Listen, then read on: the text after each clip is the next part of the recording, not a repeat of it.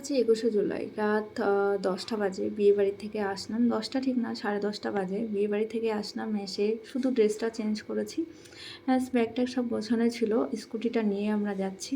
তার কারণ আমরা ভেবেছি যে স্কুটিটা এখানে যেহেতু পড়েই আছে আর আমার তো ওখানে নিয়ে যেতে হবে। আর এতদিন আমার নাম্বার হয়েছিল না স্কুটির, নাম্বারটা হয়েও গেছে। তাই ভাবলাম নিয়ে যাই আজকে।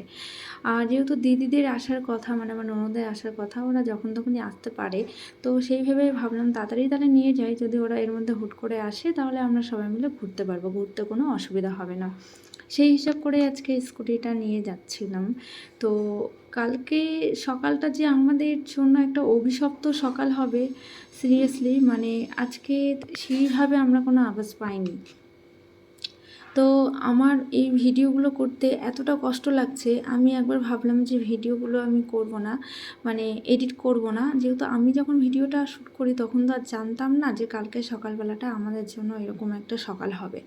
তো আমি নর্মালি যেরকম যেহেতু ডেলি ভ্লগ করি সেই রকমই করেছিলাম। তো এডিট করতে গিয়ে আমার খুব বাজছিল। আর আমি আজকে সেপ্টেম্বরের ১৩ তারিখ আজকে আমি এডিট করছি এতদিন পর। মানে একবার ভাবছিলাম যে এডিট করবো না, থাক ভিডিওগুলো রাখবো না। আবার ভাবছিলাম না, ভিডিওটা করে রাখি। মানে কেন জানি না মন থেকে চাইলো করতে, তাই করছি এডিটটা। আর কতটা হাসি খুশি ছিলাম ভিডিওতে দেখে বুঝতে পারছো। খুব আনন্দ করতেই আসছিলাম, মানে করে আসছিলাম যে যতটাই রাস্তা হোক স্কুটিটা নিয়ে যাচ্ছি। সবাই মিলে যখন আসবে একসঙ্গে ঘুরতে যাব।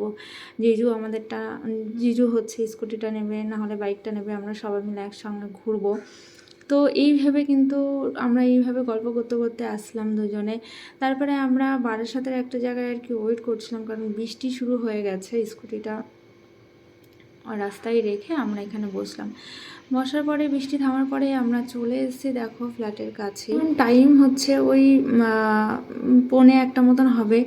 এই সময়ও জিজু বেঁচে ছিল, এতক্ষণ টাইমেও জিজু বেঁচে ছিল। কারণ আজ ওদের মুখে যতটা শুনেছি যে ১:৩০টার দিকে নাকি জিজু ঘুমাতে গেছে বন্ধুদের সঙ্গে, মানে ওদের ব্যারাকে যারা ছিল সবার সঙ্গে গল্প টল্প করে। বাড়িতেই তো সবার সঙ্গে কথা বলেছে 12:30টা পর্যন্ত। তো এই সময়ও জিজু হচ্ছে ছিল, কিন্তু আমরা না মানে যখন তখনই ফোন করি, যখন তখনই আমাদের কথা হয়। তো আমরা রাত 1টার সময় পৌঁছেছি বাড়িতে।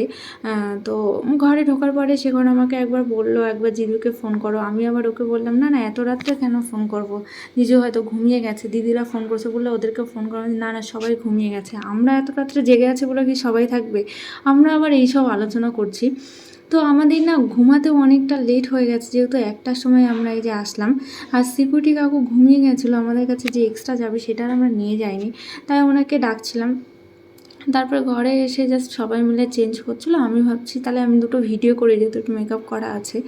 তো সিরিয়াসলি আমরা মানে এতটা মানে আমাদের সকালটা যে এতটা খারাপ যাবে আমরা ভাবতেও পারছি না, মানে এখনও পর্যন্ত ভাবতেও পারছি না। মনে হচ্ছে যদি এটা সত্যি একটা দুঃস্বপ্ন হতো এরকম মনে হচ্ছে। আর আমি ভিডিওতে কি বলছিলাম জানি না, আমার মনে নেই। আমি এখন যেহেতু মিউট করে আছি, যাই হোক কিছু বলার নেই। মানে এরকম দিন যেন জীবনে কারুর না আসে।